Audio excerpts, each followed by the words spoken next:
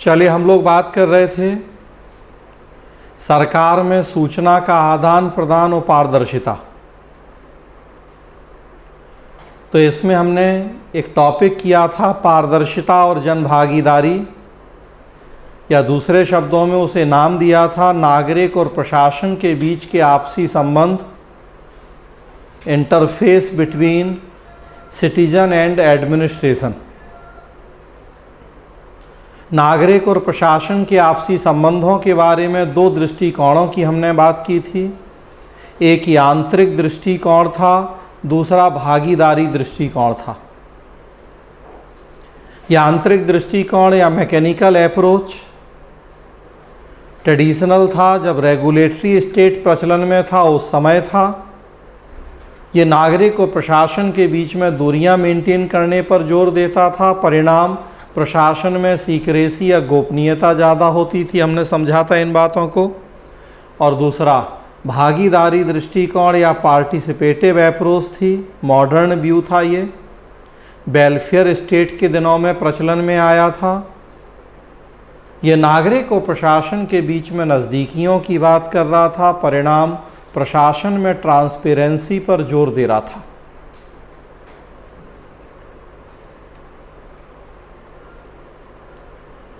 क्यों भागीदारी और पारदर्शिता की ज़रूरत है? तो हम बात कर रहे थे कि वेलफेयर स्टेट में जनता का कल्याण और विकास करना है।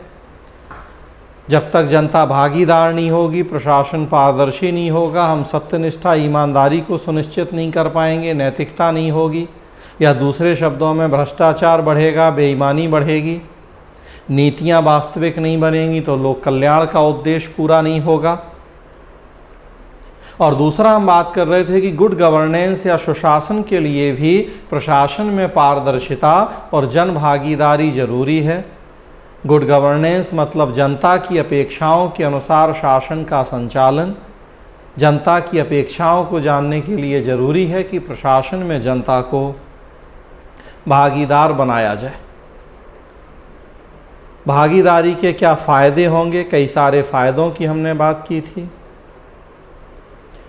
कि चूँकि जनता से जुड़ी सारी जानकारियाँ हो जाती हैं, अपेक्षाएं क्या हैं, समस्याएं क्या हैं, स्थानीय परिस्थितियाँ क्या हैं, संसाधन किस मात्रा में हैं, जनता की प्रतिक्रियाएं क्या हैं, इन सब जानकारियों के बाद नीतियाँ बनती हैं, तो वास्तविकता ज़्यादा होती है, गुणवत्ता ज़्यादा होती है उनमें। क्रियान्वयन के प्रति भी जनता सपोर्ट करती है, क्योंकि हम उसकी भागीदारी से नीतियाँ बनाते हैं। प्रशासन जनता मिलते जुलते हैं, बातचीत करते हैं, एक दूसरे के बारे में जानते समझते हैं। तो हाँ, क्या कह रही हैं? सर स्लाइड शो नहीं आज हो रहा है क्या? ऐसे ही बता रहा है? नहीं नहीं, स्लाइड चल रही है। स्लाइड शो नहीं हो रही है, बाकी लोगों को भी नहीं दिख रही स्लाइड। नहीं सर, देखा जाएगा स्लाइड सर। अच्छा, सर मेरे में नहीं आ रही है। अरे संतोष, आपको दिख रही है स्लाइड? हाँ सर, सही है। अच्छा, अंजलि क्यों नहीं दिख रही आपको? सर पता नहीं सर। अरे, ये नई समस्या आ गई। तब ये तो आप ही की तरफ से कुछ गड़बड़ है। इन लोगों को तो दिख रही है स्लाइड। सर एक मिनट लॉग आउट होकर जो जरा दोबारा करके देखिए, लग रहा है भी मुहूर्त बन नहीं पा रहा हम लोगों का। क्लास दोबारा, एक हफ्ते का ब्रेक हो गया, तो ये कुछ ना कुछ अब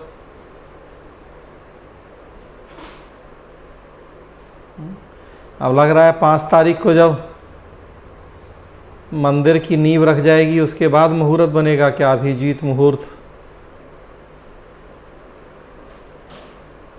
कुछ ना कुछ इधर देख रहे हैं कि ये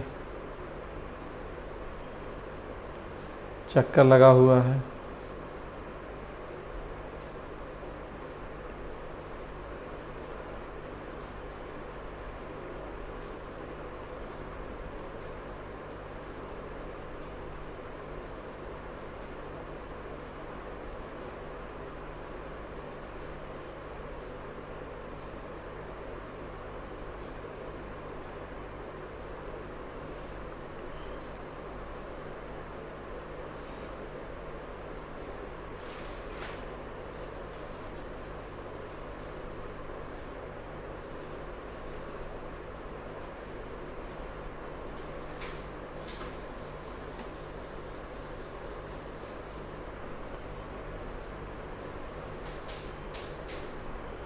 है। तो भागीदारी के कई सारे फायदों की हमने बात की थी और हम देख रहे थे कि भागीदारी से जब नैतिकता सत्यनिष्ठा बढ़ेगी, भ्रष्टाचार रुकेगा, नीतियों में वास्तविकता आएगी, क्रियान्वयन सही तरीके से होगा, तो स्वाभाविक सी बात है इसके बाद प्रशासन की कार्यकुशलता बढ़ेगी और जब प्रशासन की कार्यकुशलता बढ़ेगी तो हम लोक कल्याण और सुशासन की जो संकल्पना है उसे ज़्यादा बेहतर तरीके से लागू कर पाएंगे। तो हमने इसकी चर्चा की थी। भागीदारी तथा पारदर्शिता के मार्ग में कुछ बाधाएं हैं। क्या बाधाएं? तो हम उसकी बात कर रहे थे कि विकासशील देशों में एक बहुत गंभीर समस्या कि यहाँ इच्छा और दक्षता के बीच में तालमेल नहीं हो पाता है। प्रशासन में जनता की भागीदारी के लिए दो चीज़ें ज़रूरी मानी गई हैं, एक भागीदारी की इच्छा और दूसरा भागीदारी की दक्षता। और विकासशील देशों में, डेवलपिंग कंट्रीज़ में ये समस्या है कि जिन लोगों में भागीदारी की इच्छा है उनमें दक्षता नहीं है, जिनमें दक्षता है उनमें इच्छा नहीं है और इसलिए भागीदारी नहीं हो पाती। कई और बाधाओं की हम बात कर रहे थे कि इंफ्रास्ट्रक्चर नहीं हमारे पास। अब देखिए सामने समस्या हम लोगों को ई गवर्नेंस की इतनी बात होती है, लेकिन बारिश का महीना है, अब शुरू समस्या है। कहीं बिजली नहीं आ रही, कहीं इंटरनेट, कहीं ब्रॉडबैंड नहीं चल रहा, कहीं वाईफाई में दिक्कत। अब रोज़ देखिए कुछ ना कुछ समस्या बन रही है। तो अभी वो उतना इंफ्रा नहीं है हमारे पास कि जो दिल्ली में तो चलिए ब्रॉडबैंड है, वायर के थ्रू आ रहे, ऑप्टिकल फाइबर बिछ गए, लेकिन अब आप लोगों के यहाँ तो भाई वो 1.5 GB डेटा, बहुत सारे लोग पता लग रहा है कि ऑनलाइन क्लास में दिक्कत है कि बस वो 1.5 GB डेटा है पर डे, उसमें जितना हो जाए। वो ब्रॉडबैंड और अनलिमिटेड वाली चीज़ें तो है नहीं है, या फिर उतना पैसा उस हिसाब से खर्चा है। तो हर जगह चलिए जियो हो गया, वाईफाई मतलब मोबाइल डेटा हो गया, लेकिन अब अगर मोबाइल डेटा ख़त्म हो गया है, ब्रॉडबैंड और वो सब सिस्टम तो अभी नहीं है हर गांव में या छोटी जगहों पे। तो वो एक दिक्कत देख काफ़ी इधर कई लोगों के फ़ोन आ रहे तो पता लग रहा कि आप ही लोगों में कि भाई डेटा ख़त्म हो जाता है कई बार स्पीड नहीं होती है उतनी मोबाइल डेटा में, कई बार कोई और प्रॉब्लम। तो अभी नहीं है उतना इंफ्रा हमारे पास कि हम बेहतर ढंग से इन सब साधनों का प्रयोग करें। तो हम बात कर रहे थे ये बेसिकली विकसित देशों के पैसे वाले जो कंट्री हैं उनके चोचले हैं, उनके पास हैं सारे रिसोर्स हैं, इंफ्रा है, लोग पढ़े लिखे हैं, जागरूक हैं, तो होती हैं वहाँ चीज़ें। हम लोगों के देश में अभी बहुत सारी प्रॉब्लम्स हैं। तो इस तरह से कई सारी बाधाओं की हमने बात की थी भागीदारी की। कैसे भागीदारी होगी? तो कुछ साधन हम देख रहे थे कि RTI है, सिटीजन चार्टर है, ई गवर्नेंस और एम गवर्नेंस है, सिविल सोसाइटी का रोल है, सोशल ऑडिट या सामाजिक लेखा परीक्षा है और डिसेंट्रलाइजेशन या विकेंद्रीकरण है। इन सब के द्वारा हम प्रशासन में जनता को भागीदार करते हैं। यहाँ सिलेबस के अनुसार हमें शुरू के 2 पढ़ना है, एक राइट टू इन्फॉर्मेशन और दूसरा सिटीजन चार्टर। तो यहाँ तक हमने चर्चा की थी। आज RTI देखिए, RTI बहुत बड़ा टॉपिक नहीं है, छोटा ही टॉपिक है, सो आज हो भी जाएगा। कोशिश करेंगे कि कंप्लीट हो जाए आज, ताकि हम लोगों का कोशिश भी यही होती है कि नया टॉपिक नया दिन और टॉपिक शुरू हो तो वो कंप्लीट भी हो जाए, ताकि आगे दिक्कत नहीं हो। तो छोटा टॉपिक है RTI, सूचना का अधिकार, राइट टू इन्फॉर्मेशन। अर्थ होता है इसका सरकारी सूचना तक लोगों की पहुंच का अधिकार। सरकारी सूचना तक लोगों की पहुंच का अधिकार। सरकार क्या कर रही है, कैसे कर रही है, हमें वो जानने का अधिकार मिल जाए, कानूनन वो अधिकार मिल जाए कि सरकारी योजनाएं, कार्यक्रम, सरकारी फैसलों के आधार, उनसे जुड़ी जो भी सूचनाएं, जो भी जानकारियां हम चाहते हैं वो जानकारियां हमें मिल जाएं। उन जानकारियों को मांगने का अधिकार हमें हो। संबंधित सरकारी विभाग उन जानकारियों को एक निश्चित अवधि में हमें उपलब्ध करवाने के लिए बाध्य हो जाए। तो जब ऐसी स्थिति होती है, ऐसे अधिकार को हम सूचना के अधिकार की संज्ञा देते हैं। हमारे देश में 12 अक्टूबर 2005 से सूचना का अधिकार हमें मिला हुआ है। ऑल इंडिया लेवल या देशव्यापी स्तर पे कई राज्य ऐसे थे जो 2005 के पहले भी अपने स्टेट में राइट टू इन्फॉर्मेशन लागू कर चुके थे। All India level Akhil Bharatiya स्तर पे हमें ये 12 अक्टूबर 2005 से प्राप्त हुआ है। तो ये एक बहुत बड़ा काम है, मील का पत्थर है गुड गवर्नेंस और वेलफेयर स्टेट के संदर्भ में। भागीदारी का एक महत्वपूर्ण तरीका है ये, और जब भागीदारी होगी, पारदर्शिता होगी, तो हम देख रहे हैं कि हम लोक कल्याण और सुशासन की स्थापना को सुनिश्चित कर पाएंगे। सूचना के अधिकार का विकास देखें अगर संक्षेप में, कैसे कैसे इस अधिकार का डेवलपमेंट हुआ है। तो सबसे पहली जो चर्चा हुई थी राइट टू इन्फॉर्मेशन या सूचना के अधिकार की, वो हुई थी 1948 में। 1948 में संयुक्त राष्ट्र मानवाधिकार आयोग ने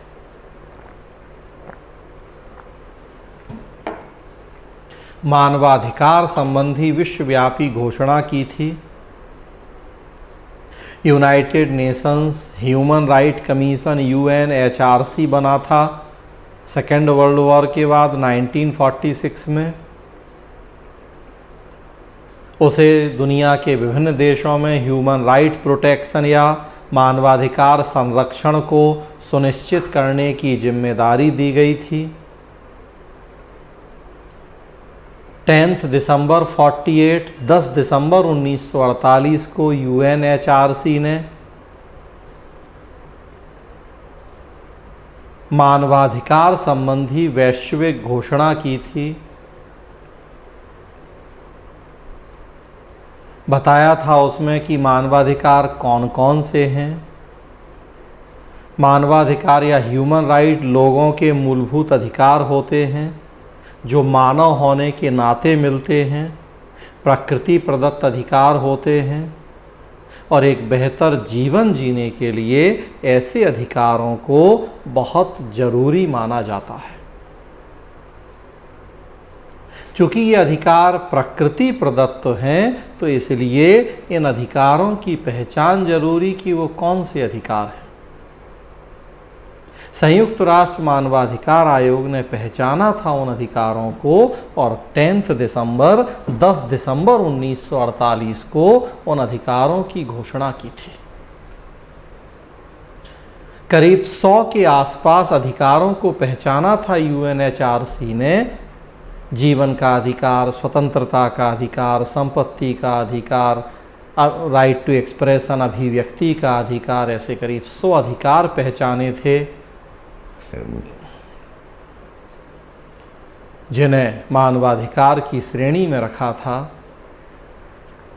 उन्हीं में से एक अधिकार सूचना का अधिकार या राइट टू इन्फॉर्मेशन भी था। सूचना का अधिकार या राइट टू इन्फॉर्मेशन भी एक अधिकार था उसमें। तो ये सबसे पहली चर्चा थी सूचना के अधिकार या राइट टू इन्फॉर्मेशन की। और जब संयुक्त राष्ट्र मानवाधिकार आयोग ने मानवाधिकार की सूची में इस अधिकार को शामिल कर लिया, तो फिर उसके बाद दुनिया के विभिन्न देशों में इस अधिकार को प्रदान करने के लिए प्रयास शुरू हुए। स्वीडन, साउथ अफ्रीका, संयुक्त राज्य America, United states of America, कई देशों ने अपने यहाँ लोगों को ये अधिकार प्रदान किए।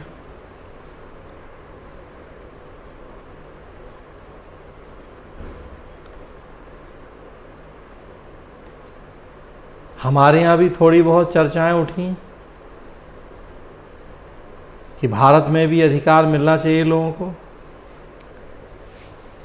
1975 जब आपातकाल लगा तो वैसे भी लोगों के मूल अधिकारों का बड़े पैमाने पर हनन हुआ।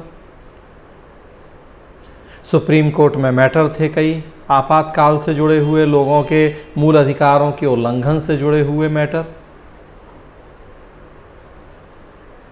उसी दौरान 1975 में सुप्रीम कोर्ट ने व्यवस्था दे दी कि जो ये सूचना का अधिकार, राइट टू इन्फॉर्मेशन है, ये अनुच्छेद 19 के तहत मिली स्वतंत्रता के अधिकार का ही पार्ट है। जो राइट टू फ्रीडम है हमें आर्टिकल 19 में, सुप्रीम कोर्ट का कहना था कि उसी का पार्ट है राइट टू इन्फॉर्मेशन भी।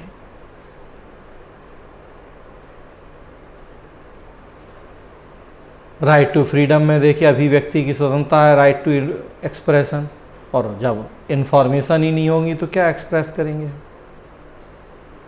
तो सुप्रीम कोर्ट का मानना था कि ये अनुच्छेद 19 स्वतंत्रता का अधिकार, उसमें राइट टू एक्सप्रेशन या अभिव्यक्ति की स्वतंत्रता का अधिकार उसी का पार्ट, सूचना का अधिकार भी है।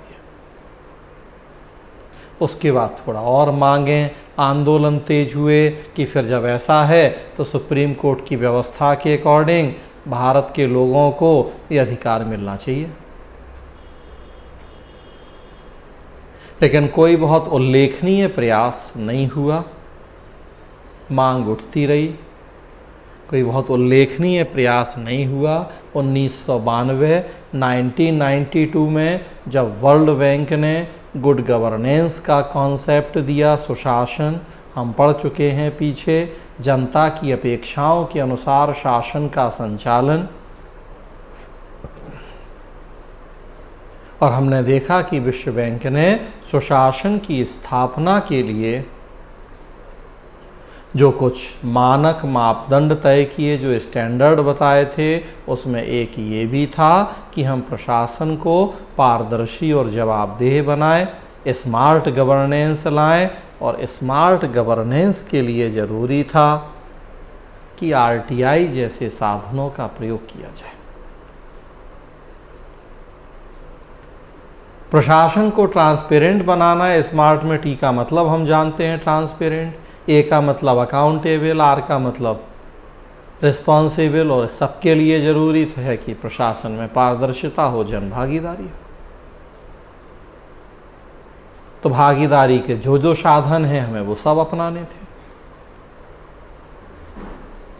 विकेंद्रीकरण या डिसेंट्रलाइजेशन हम बात कर रहे थे कि वो सबसे पुराना, सबसे ट्रेडिशनल या परंपरागत साधन रहा है, तो वो पीछे से चल रहा था हमारे देश में। और देखिए 1992 में जब गुड गवर्नेंस का कॉन्सेप्ट आया, उसी साल हमारे देश में 73rd और 74th कॉन्स्टिट्यूशनल अमेंडमेंट हुए, 73वें 74वें संविधान संशोधन, और उसके द्वारा हमने पंचायती राज और नगरपालिका शासन को कॉन्स्टिट्यूशनल स्टेटस या संवैधानिक दर्जा दे दिया।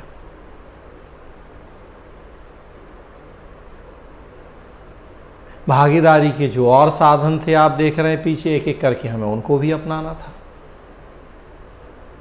विकेंद्रीकरण चूंकि पहले से भी चल रहा था हमारे देश में, हम भी प्रयास कर रहे थे, तो उसे हमने सबसे पहले कर लिया 92 में ही।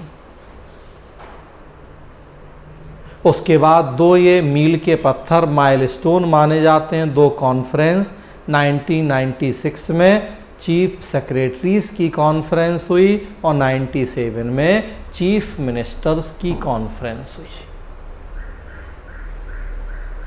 ये जो दोनों सम्मेलन हुए, इन सम्मेलनों की विषय वस्तु ही थी पारदर्शी और जवाबदेह शासन या सुशासन।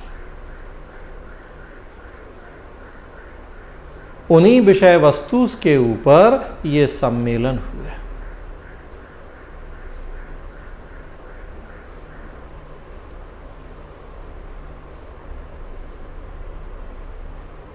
पहले मुख्य सचिवों का, चीफ सेक्रेटरीज का, फिर मुख्यमंत्रियों का। इन सम्मेलनों में भागीदारी और पारदर्शिता के जितने भी साधन हैं उन सबको भारत में लागू करने के लिए एक सहमति बन गई सेंट्रल गवर्नमेंट और डिफरेंट स्टेट गवर्नमेंट के बीच में कि जो अन्य साधन भागीदारी के हैं हम उन्हें भी अपने देश में लागू करेंगे, अपना लेंगे। अन्य साधन क्या वो आप जान रहे, RTI, citizen charter, e governance, social audit.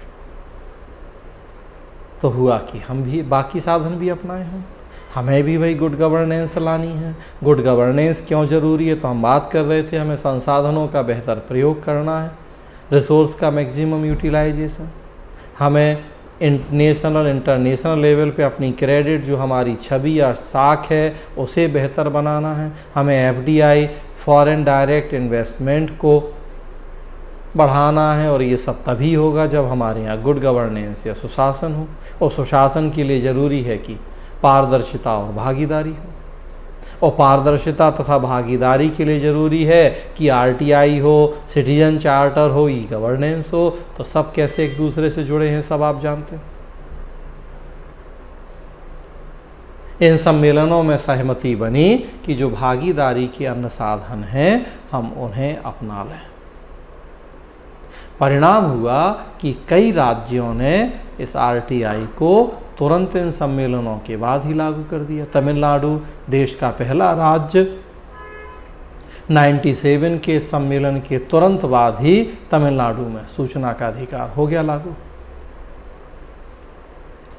Goa, Rajasthan, Madhya Pradesh, Delhi, कई राज्य या केंद्र शासित प्रदेश थे जिन्होंने अपने यहाँ सूचना के अधिकार को लागू कर दिया।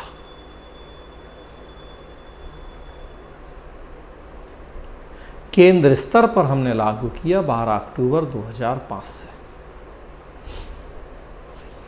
प्रयास तो 97 के बाद ही शुरू कर दिए थे सेंट्रल गवर्नमेंट ने। अटल बिहारी वाजपेयी जब पीएम थे 98 से 2004,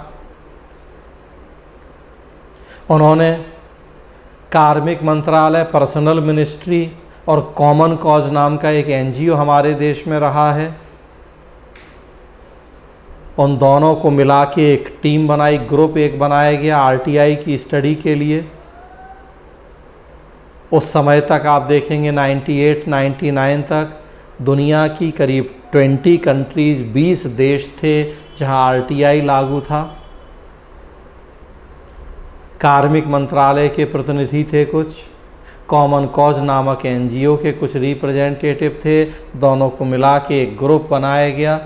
उस ग्रुप ने उन 20 देशों की स्टडी की, उनके आरटीआई की, वहाँ गए, घूमे और फिर देखा वहाँ आरटीआई क्या है, क्या प्रोविज़न है, कितने सक्सेस रेट क्या है, नहीं है, फेल्योर क्या है, किस तरह के चैलेंज हैं, उन सारी बातों की स्टडी की।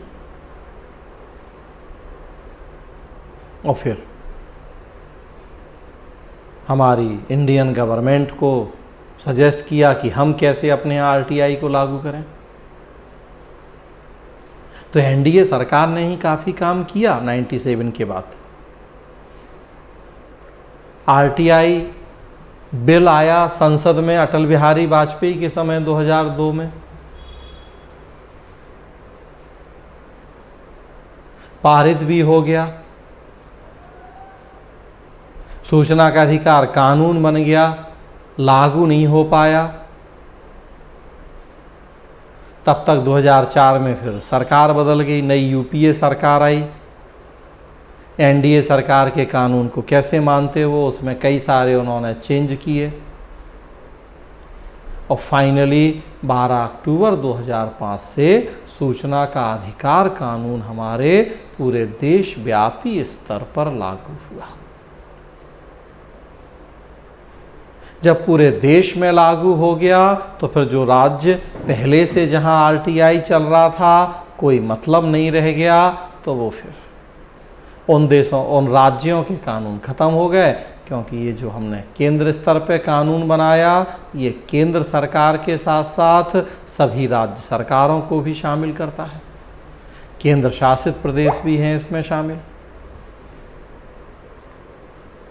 बस जम्मू कश्मीर में नहीं होता था लागू, सो अब आप देख रहे कि अब वहाँ भी लागू हो गया, क्योंकि अब जम्मू कश्मीर का भी हमने स्पेशल स्टेटस, विशेष राज्य का दर्जा था, वो ख़त्म कर दिया। तो हम तो देखिए पॉलिटी में भी पढ़ के आए, जम्मू कश्मीर विशेष प्रावधान जो थे वो ख़त्म, और अब नई व्यवस्था है तो वो भी बाकी राज्यों की तरह ही हो गया। फिलहाल तो राज्य भी नहीं रहा, यूनियन टेरिटरी बन गया या केंद्र शासित प्रदेश बन गया।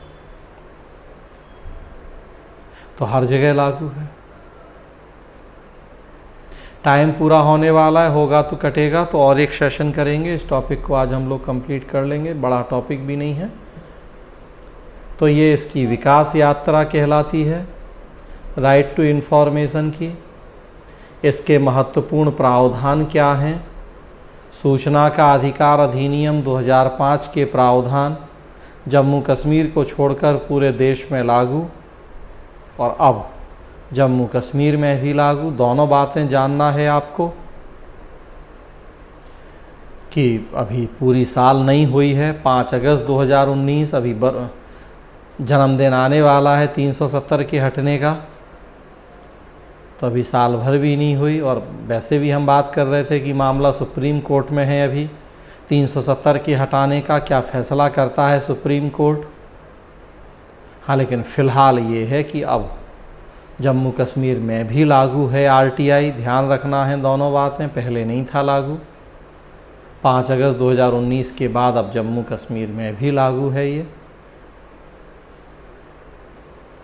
इसमें केंद्र सरकार, राज्य सरकारें, स्थानीय संस्थाएं, एनजीओ सब इसके दायरे में हैं।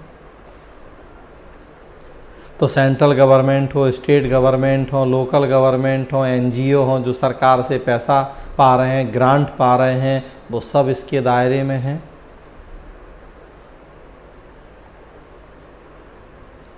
₹10 का एक बहुत नॉमिनल सा फ़ी या चार्ज रखा गया है कि ₹10 का मामूली शुल्क जमा करके आरटीआई के लिए हम एप्लीकेशन दे सकते हैं, आवेदन कर सकते हैं।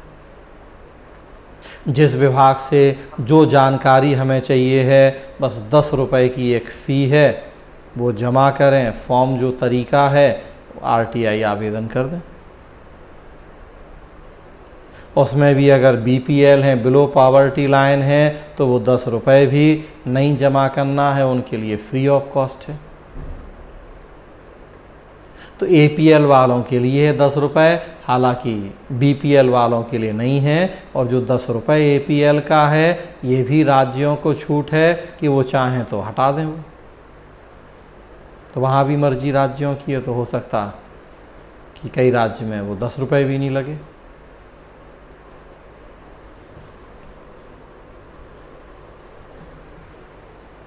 30 दिन के अंदर सूचनाएं देनी हैं, जो भी आरटीआई आवेदन है, जो सूचना मांगी है जनता ने, तो पीआईओ जन सूचना अधिकारी, पब्लिक इंफॉर्मेशन ऑफिसर होगा हर डिपार्टमेंट में।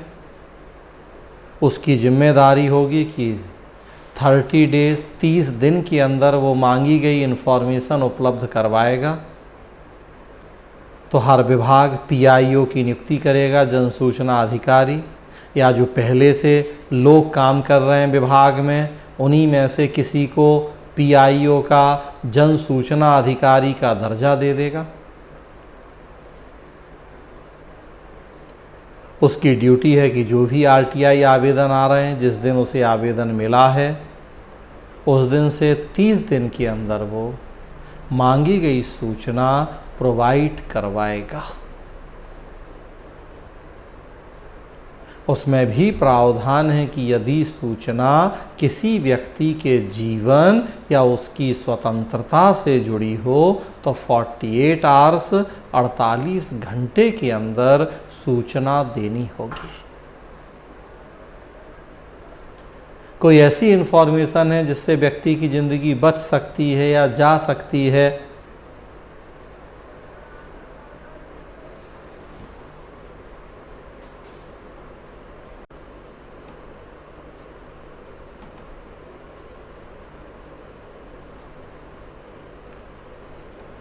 तो आरटीआई के जो प्रावधान है हम बात कर रहे हैं उसकी, कि पीआईओ होगा हर डिपार्टमेंट में 30 डेज 30 दिन के अंदर सूचना देना ज़रूरी होगा।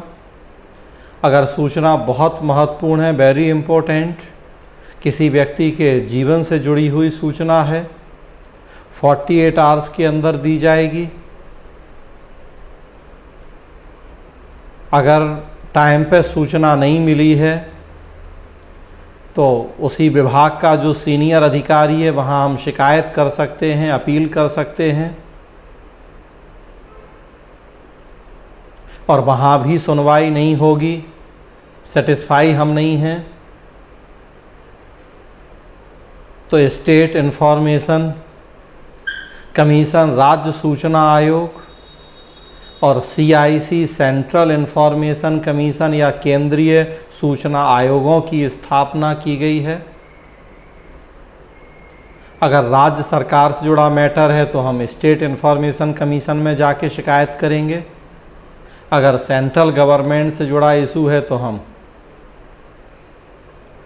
CIC में आके शिकायत करेंगे।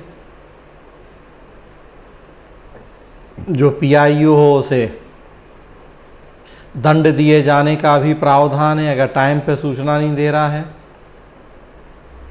आधी अधूरी सूचना दे रहा है, गलत सूचना दे रहा है और टाइम पे सूचना नहीं दी है, उसके पीछे कोई जेन्युइन रीजन भी नहीं बता पा रहा है, तो उसके ऊपर जुर्माना दंड की भी व्यवस्था है। पर डे 500 रुपये के हिसाब से 500 पर डे जुर्माना लगाया जा सकता है, मैक्सिमम 25,000।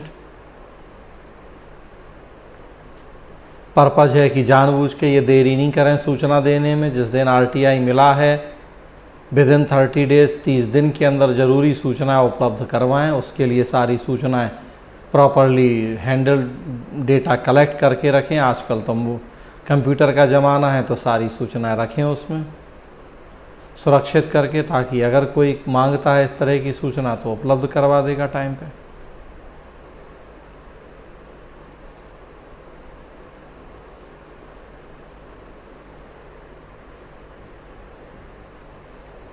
ऐसी सूचनाएं जो देश की एकता, अखंडता, सुरक्षा से जुड़ी हैं या उन पर कोई प्रतिकूल प्रभाव डाल सकती हैं, उस तरह की सूचनाओं को अपवाद स्वरूप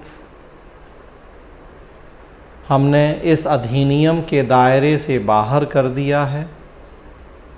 तो एक्सेप्शन भी हैं कुछ। देश की एकता, अखंडता, रक्षा, प्रतिरक्षा से जुड़े मैटर, दूसरे देशों के साथ हमारे रिलेशन से जुड़े मैटर जो नेगेटिवली इफ़ेक्ट हो सकते हैं, प्रभावित हो सकते हैं प्रतिकूल तरीके से, तो उस तरह की सूचनाएं नहीं दी जाएंगी। तो एक्सेप्शन भी हैं इसके। ये 2005 का जो सूचना का अधिकार कानून है, RTI एक्ट, उसके महत्वपूर्ण प्रावधान हैं।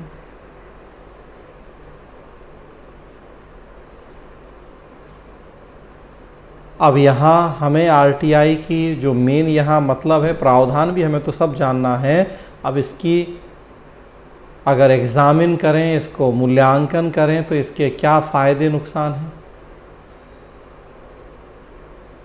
तो अब यहाँ ध्यान रखना है आपको कि ये भागीदारी के जितने हमने फ़ायदे बताए हैं आपको,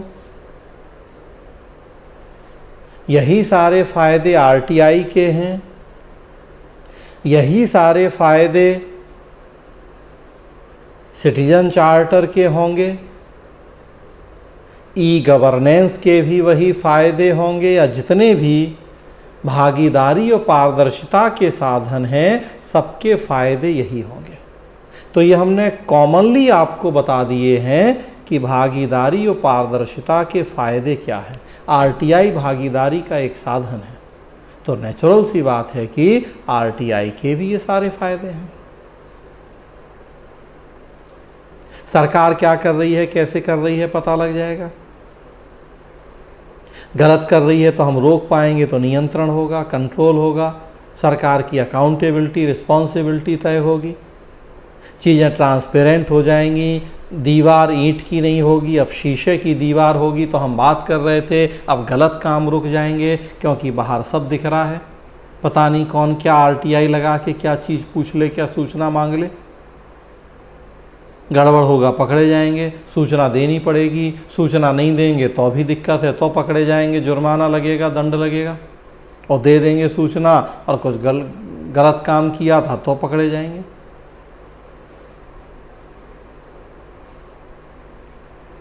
तो बेईमानी रुकेगी, भ्रष्टाचार रुकेगा। या दूसरे शब्दों में कहें, जो हमारा पूरा फोर्थ पेपर है, हम सत्यनिष्ठा, नैतिकता, ईमानदारी जैसे जो लोक सेवा के बुनियादी मूल्य हैं उन्हें प्रमोट कर पाएंगे, प्रोत्साहित कर पाएंगे।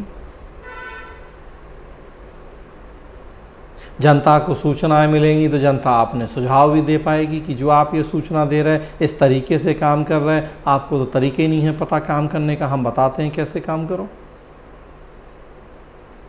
तो भागीदारी भी होगी, जनता सुझाव भी दे पाएगी। भागीदारी होगी तो जनता की अपेक्षाएं, समस्याएं भी पता लग जाएंगी वहाँ। तो देखिए आप, जो भागीदारी के, पारदर्शिता के फ़ायदे हैं वही सारे फ़ायदे हो जाएंगे आरटीआई के। तो वो फिर हमने यहाँ दोबारा नहीं लिखे हैं, ज़रूरत नहीं है, वो हम कॉमन बता देते हैं कि आपका भी उतना मेहनत बचे, टाइम बचे और हमारा भी। और इनफैक्ट सूचना के अधिकार की कमियां क्या, सो वो भी यही हैं जो भागीदारी, पारदर्शिता के मार्ग में बाधाएं हैं, कमियां भी यही हैं, सबकी कमियां भी।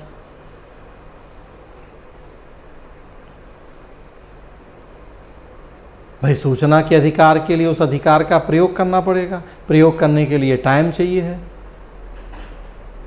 संसाधन चाहिए है, पढ़ा लिखा होना जरूरी है। और अगेन बात वही आ गई कि आप हम पढ़े लिखे हैं, समझदार हैं, प्रयोग कर सकते हैं इन सब साधनों का, तो टाइम ही नहीं है इन चीज़ों के लिए। मतलब इच्छा नहीं है, दक्ष हैं, इच्छा नहीं है। गांव के दूर दराज के लोग, कोई काम नहीं है, प्रवासी मजदूर बस यहाँ से वहाँ, वहाँ से यहाँ कर रहे हैं, कोई काम नहीं है, फालतू हैं, खूब टाइम ही टाइम है। मान लें कि इच्छा है, अब वो उतने पढ़े लिखे नहीं हैं, जागरूक नहीं है, कैसे आरटीआई लगाना है, आवेदन करना है, कैसे प्रयोग करना है, उन्हें नहीं पता। आरटीआई से सूचना ले लेंगे, उन सूचनाओं का वो करेंगे क्या, उनके लिए तो काला अक्षर भैंस बराबर। तो फिर वही दिक्कत है आरटीआई में, फिर वही दिक्कत है आधारभूत संरचना, लोग पढ़े लिखे नहीं हैं। क्या करेंगे आरटीआई का, कैसे लगाएंगे आरटीआई? गरीबी, बेरोजगारी इतनी ज़्यादा, लोग 2 टाइम की रोटी का जुगाड़ करेंगे कि आरटीआई लगा के सूचना मांगेंगे सरकार से उसके कामों के बारे में। तो ये सब दिक्कतें आरटीआई में भी हैं, कॉपी करना है आपको। सिटीजन चार्टर में भी वही कॉपी होंगी, कुछ एडिशनल कमियां और लिखी गई हैं, तो वो सारी कॉपी करेंगे। जो भागीदारी और पारदर्शिता की कमियां या बाधाएं हैं, ये कुछ एडिशनल कमियां या बाधाएं हैं, सो ये उसमें ऐड कर लेंगे। जैसे सूचना के अधिकार की, सूचना कितने लोगों को है हमारे देश में, ईमानदारी से सोचें तो। इतनी बड़ी आबादी है, 80 करोड़ 100 करोड़, तो 2 टाइम के भोजन के लिए ही मर रहे हैं।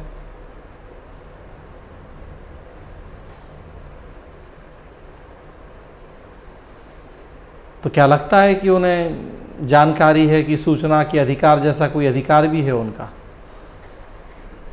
और या चलो एक लाइन में ये सुना भी हो कि सूचना का अधिकार है, लेकिन क्या है, कैसे प्रयोग करना है, ये किसको जानकारी है? ये तो अभी आपको और हमें भी जानकारी नहीं है। हाँ, जो उसके प्रावधान है कानून के, वो अब चूँकि हम लोग पढ़ रहे स्टूडेंट हैं तो इसलिए उसके प्रावधान जान रहे, लेकिन अभी भी प्रैक्टिकली कि कैसे यूज होता है, क्या पूरी एग्जैक्ट प्रोसेस होती है, तो नहीं है पता, क्योंकि कभी व्यवहार में किया ही नहीं है। बस थ्योरी के लेवल पे जो कानून के प्रावधान हैं वो पता है। तो जब तक सूचना के अधिकार की सूचना ही नहीं होगी लोगों को, तब तक व्यर्थ है। निबंध का टॉपिक है ये कि सूचना का अधिकार, अधिकार की सूचना के बिना बेमानी है। टिप्पणी कीजिए। ये प्रश्न भी लिख सकते हैं। अंजलि पीछे कह रही थी कि सर प्रश्न भी, तो अब इसी प्रश्न को लिखिए 200 शब्द में आंसर इसका, कि सूचना का अधिकार, अधिकार की सूचना के बिना बेमानी है। टिप्पणी कीजिए। सूचना का अधिकार, सर फिर से एक बार बोलिए। सूचना का अधिकार, अधिकार की सूचना के बिना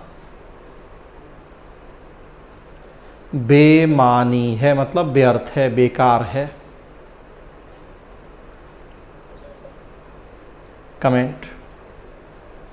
वर्कलोड इतना ज़्यादा है सरकारी कर्मचारियों के ऊपर, एडिशनल अब एक जिम्मेदारी आ गई है कि सारी सूचनाओं को प्रॉपरली अरेंज करके मेंटेन करके रखना है। पता नहीं कब कौन सी सूचना मांग ली जाएगी आरटीआई से। एक एडिशनल काम बढ़ गया है, वर्कलोड जो आई है आरटीआई 30 दिन के अंदर जवाब देना है, तो एडिशनल वर्कलोड। नई नियुक्तियां पीआईओ की नहीं हुई हैं, क्यों? क्योंकि पैसा कहाँ से लाएंगे उनकी सैलरी का। तो जो वर्तमान अधिकारी कर्मचारी थे उन्हीं में से किसी को पीआईओ का दर्जा दे दिया गया है, एडिशनल जिम्मेदारी डाल दी गई कंधे पर। टाइम वही, सैलरी वही, पुराने काम सारे हैं ही हैं, अब एक अतिरिक्त नई जिम्मेदारी। इससे जो अधिकारियों की इनिशिएटिंग पावर या पहल शक्ति है वो कम होने का डर है। इसीलिए कि अब लोग डरेंगे कि हमने काम किया, गलती से कोई गलती हो गई, ह्यूमन एरर हो गया और किसी ने आरटीआई में पूछ लिया, पकड़े जाएंगे। तो उससे अच्छा है काम ही नहीं करो, उतना करो कि जिसमें किसी तरह की मिस्टेक की गुंजाइश नहीं हो। तो इनिशिएट करने से लोग डरेंगे। जब बहुत मजबूरी होगी, प्रेशर होगा तो करेंगे काम, वो भी डर डर के करेंगे, अदरवाइज टाल मटोल होगा। अब एक कानून बना दिया आपने तो फिर अब स्वाभाविक सी बात है कि कोर्ट का रोल भी और हस्तक्षेप भी बढ़ गया। भाई संसद का कानून है तो सबसे पहले तो कोर्ट को यही देखना है कि कानून अनकॉन्स्टिट्यूशनल तो नहीं है, कानून के प्रावधान। फिर अब अगर हम सीआईसी के पास जा रहे, स्टेट आईसी के पास, इंफॉर्मेशन कमीशन के पास जा रहे, और अगर हम उनके फैसलों से सेटिस्फाई नहीं हैं तो फिर हम हाई कोर्ट, सुप्रीम कोर्ट, इन सब में जा सकते हैं। तो उससे भी न्यायपालिका का इंटरफेरेंस बढ़ गया, एक एक्स्ट्रा मैटर हो गया अब न्यायपालिका के पास, आरटीआई से जुड़े हुए मैटर। मिसयूज खूब हो रहा है आरटीआई का। मीडिया, एनजीओ, वकील, ये सब कुछ ऐसी प्रजातियां हमारे देश की हैं जो बड़े पैमाने पे मिसयूज करती हैं। 3 काम करना बहुत आसान है हमारे देश में। एक मास कम्युनिकेशन की डिग्री ले लो कहीं से भी, घर बैठे बैठे बहुत सारी ओपन यूनिवर्सिटी करवाती हैं। दूसरा उसी तरह से एलएलबी कर लो, और तीसरा कि एक एनजीओ खोल लो, कोई ट्रस्ट, कोई सोसाइटी, एनजीओ खोल लो। बड़े आसान है ये तीनों काम। और समाज में देखिए तो आम शरीफ आदमी इन तीनों से डरता है। काले कोट से भी डरता है, वकील से, मीडिया से तो डरता ही है, पत्रकार हैं तो वही उससे डरना है। और उसी तरह से आजकल एनजीओ का भी डर खौफ हो गया है। इतने एनजीओ, वकील, पत्रकार हैं कि सब बेरोजगार हैं, काम ही नहीं है। अब आज ही कल देखिए वकील बेचारे सब बेरोजगार बैठे हैं। बार काउंसिल का नियम है कि वकील कोई और काम नहीं करेगा वकालत के अलावा, अगर बार काउंसिल में रजिस्टर्ड है। अब सब वकीलों के सामने दिक्कत हो गई कि 4-4, 5-5 महीने से बेरोजगार बैठे हैं, कोई काम नहीं है, रोटी के लाले पड़े हैं।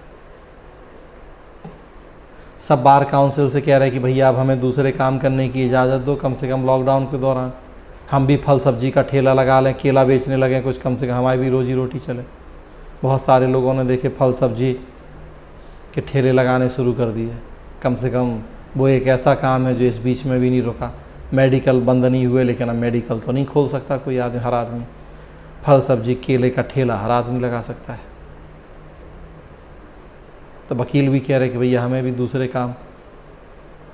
तो अब इनके पास काम ही नहीं है। काम नहीं है तो फिर यही काम है कि RTI लगाओ दिन भर बैठ के। सरकार के विभिन्न विभागों से सूचनाएं लो, केवल 10 रुपया का खर्चा है।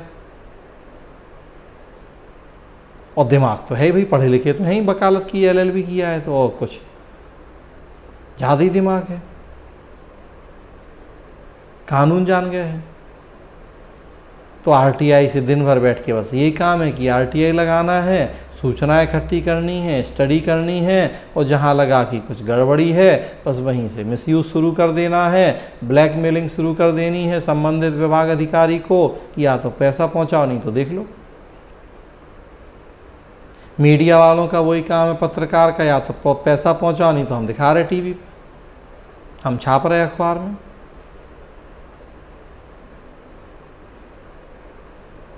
तो मिसयूज खूब हो रहा है। शिक्षा जागरूकता नहीं है, ये पहले ही हम बता रहे। अभी भी हम लोगों के देश में वो ब्रिटिश काल वाला एटीट्यूड चला आ रहा है अधिकारियों का कि तुम होते कौन हो हमसे कुछ पूछने वाले। तो उस वजह से भी RTI जैसी चीज़ें हमारे देश में बहुत सफल नहीं हैं। नहीं देते हैं टाइम पे सूचनाएं, मना कर देते हैं, आधी अधूरी सूचनाएं देते हैं, सूचना मांगने वालों को परेशान करते हैं। कितने हमारे यहाँ देखिए डराने धमकाने, हत्या की, प्रताड़ना की घटनाएं हुई, कितने RTI एक्टिविस्ट मरे हैं। इसीलिए वो विसल ब्लोअर एक्ट बात कर रहे थे पीछे भ्रष्टाचार में, कि वो सब भी इसीलिए ज़रूरत पड़ी है हमें कि इस तरह के लोगों को हम विसल ब्लोअर को संरक्षण दे सकें। ऐसी ऐसी सूचनाएं मांगी जाती हैं अनावश्यक, पर्सनल, जिनका कोई पर्पज ही नहीं है वेलफेयर से, अकाउंटेबिलिटी कंट्रोल से। लेकिन बस अब है RTI, 10 रुपया खर्चा हो रहा, मांग लो।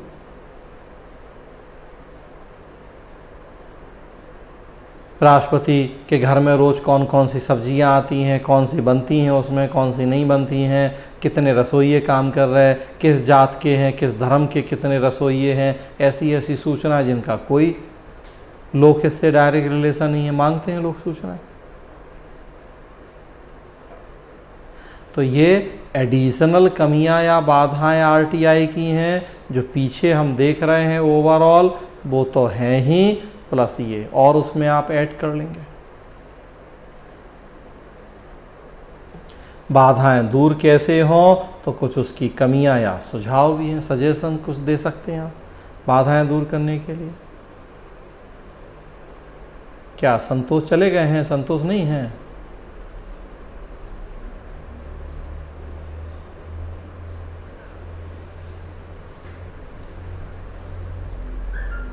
कंप्लीट कर लेते हैं आवाज ताकि। तो जो बाधाएं कमियां हैं कैसे दूर करें उनको, तो कुछ सजेशन, कुछ सुझाव हैं। तो एक अनुकूल तथा सकारात्मक माहौल, सबसे पहले तो जो प्रशासन में बैठे लोग हैं उन्हें मेंटली प्रिपेयर होना पड़ेगा। उसके लिए नीचे है देखिए, लोक सेवकों का अभिवृत्ति परिवर्तन, एटीट्यूडल चेंज करना पड़ेगा। ये आगे हम पढ़ेंगे, एप्टीट्यूड एटीट्यूड वगैरह कैसे चेंज होगा। ये एक पॉजिटिव माहौल उस तरह से क्रिएट करना पड़ेगा कि अब अंग्रेज़ों का ज़माना गया, अब हम इंडिपेंडेंट हो गए, 70 साल हो गए इंडिपेंडेंट हुए। वेलफेयर स्टेट है, गुड गवर्नेंस है, ज़रूरी है आज ट्रांसपेरेंसी, ज़रूरी है आज पार्टिसिपेशन। तो अब इन चीज़ों को टाल पाना संभव, इन चीज़ों से बच पाना संभव नहीं है। जो इंफ्रास्ट्रक्चर ज़रूरी है वो डेवलप करना पड़ेगा। आधारभूत सुविधाओं और संस्थागत ढांचा उसका विकास करना पड़ेगा। बिजली, पानी, सड़क, शिक्षा, साक्षरता, जागरूकता,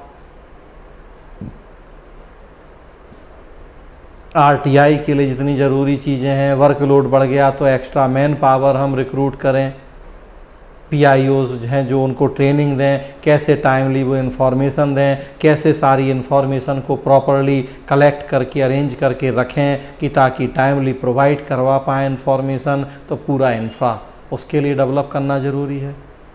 ट्रेनिंग प्रोग्राम उसी के अकॉर्डिंग डिज़ाइन करना ज़रूरी है कि ट्रेनिंग के दौरान, देखिए हम पढ़ रहे थे कि जो मूल्य हैं उनके विकास 3 चरण में होता है, चयन के पूर्व, फिर ट्रेनिंग के दौरान और फिर काम के दौरान। तो ट्रेनिंग में हम सिखाएं ये सब चीज़ें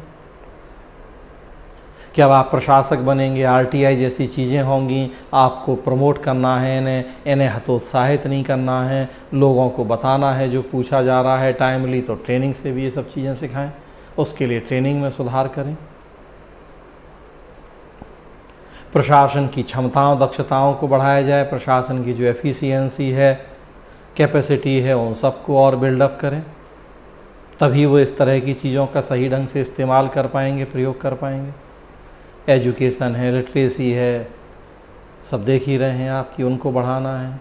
आरटीआई का पर्याप्त हमें एडवर्टीज़मेंट करना है, प्रचार प्रसार करना है, ताकि इतनी बड़ी आबादी, इतना बड़ा देश है, सबको पता हो कि है आरटीआई, सूचना का अधिकार, उसके प्रावधान क्या हैं, कैसे आरटीआई का यूज करना होता है। तो उसके लिए पर्याप्त प्रचार प्रसार किया जाए। जो भी लोगों की शिकायतें हैं आरटीआई से जुड़ी हुई, अपील की व्यवस्था है, वहाँ हम तेज़ी लाएं। पीआईओ के खिलाफ शिकायत की जाती है सीनियर अधिकारी के पास, वो भी उसी डिपार्टमेंट का होता है, टाइमली एक्शन नहीं लेता है, टाल मटोल वहाँ चलता रहता है। वहाँ से आगे बढ़ें तो सीआईसी, स्टेट आईसी, वहाँ दिक्कतें, वहाँ फिर समय बहुत लग जाता है। तो फास्ट जो पीपल्स ग्रीवांस रिड्रेसल सिस्टम है, शिकायत निवारण व्यवस्था है, उसको फास्ट करना होगा। तो ये सब सुझाव दे सकते हैं। सूचना के अधिकार की जो कमियां हैं, बाधाएं हैं, उन्हें दूर करने के या इसे और प्रभावी बनाने के। पिछले साल आप देखेंगे मोदी सरकार ने जो सूचना का अधिकार कानून था उसमें कुछ चेंज किए हैं, संशोधन किए हैं। सो वो करेंट डेवलपमेंट है, पवेट के भी टॉपिक हैं, देखिए सब ये। तो सूचना का अधिकार संशोधन विधेयक 2019 में आया है, कुछ चेंज हुए हैं उसमें।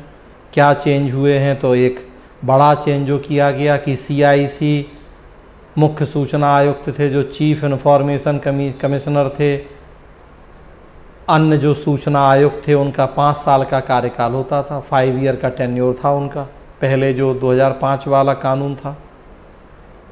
अब सरकार ने वो ख़त्म कर दिया कि 5 साल का फिक्स कार्यकाल नहीं, अब ये सरकार डिसाइड करेगी कि कितना कार्यकाल होगा इनका। तो सीआईसी और जो मतलब मुख्य सूचना आयुक्त हैं, चीफ इन्फॉर्मेशन कमिश्नर और अन्य हैं, अब उनका फिक्स कार्यकाल नहीं है, वो सरकार नोटिफाई करेगी, डिसाइड करेगी कि क्या कार्यकाल। कहा गया कि इसे सरकार ने कानून को कमज़ोर कर दिया, अब वो सरकार के दबाव में, सरकार के प्रेशर में रहेंगे। सरकार चाहे तो 3 साल, सरकार चाहे तो 5 साल, सरकार चाहे तो 1 साल, मतलब सरकार की मर्जी से काम करें, नहीं तो सरकार हटा दे, उन्हें दूसरे को रख ले। पहले तो फिक्स 5 साल था, अब नहीं, तो वो एक चेंज हो गया। और एक चेंज हुआ है कि जो सीआईसी था, चीफ इन्फॉर्मेशन कमिश्नर, उसके वेतन भत्ते जो मुख्य निर्वाचन आयुक्त हैं, चीफ इलेक्शन कमिश्नर, उनके बराबर थे। और जो अन्य आयुक्त थे, इन्फॉर्मेशन कमिश्नर्स, उनके वेतन भत्ते वो जो इलेक्शन कमिश्नर्स होते हैं, अन्य निर्वाचन आयुक्त, उनके वेतन भत्ते के बराबर थे। वहाँ भी अब चेंज कर दिया। वहाँ भी सरकार ने कहा कि अब सेंट्रल गवर्नमेंट, केंद्र सरकार डिसाइड करेगी कि क्या वेतन भत्ते होंगे। तो उससे भी अब ये सरकार के दबाव में आ जाएंगे। सरकार घटा दे वेतन, बढ़ा दे वेतन, तो सरकार की मर्जी से काम करें, और नहीं तो सरकार उनके वेतन भत्तों को कम कर दे। तो ये 2 महत्वपूर्ण चेंज हुए 2019 में जो सूचना का अधिकार संशोधन विधेयक आया, उसके द्वारा।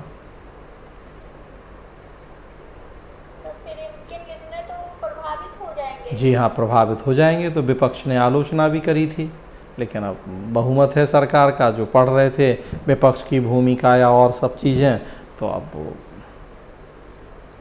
हुआ ऐसा, तो आलोचना भी हुई। पारदर्शिता के विरुद्ध है ना ये, तो फिर हाँ, अब ये विरुद्ध तो बहुत है, हस्तक्षेप- विरुद्ध तो है कि सरकार का हस्तक्षेप की गुंजाइश बढ़ गई, लेकिन अब बहुमत प्राप्त सरकारें हैं तो वही कर देती हैं, किया सरकार ने ऐसा।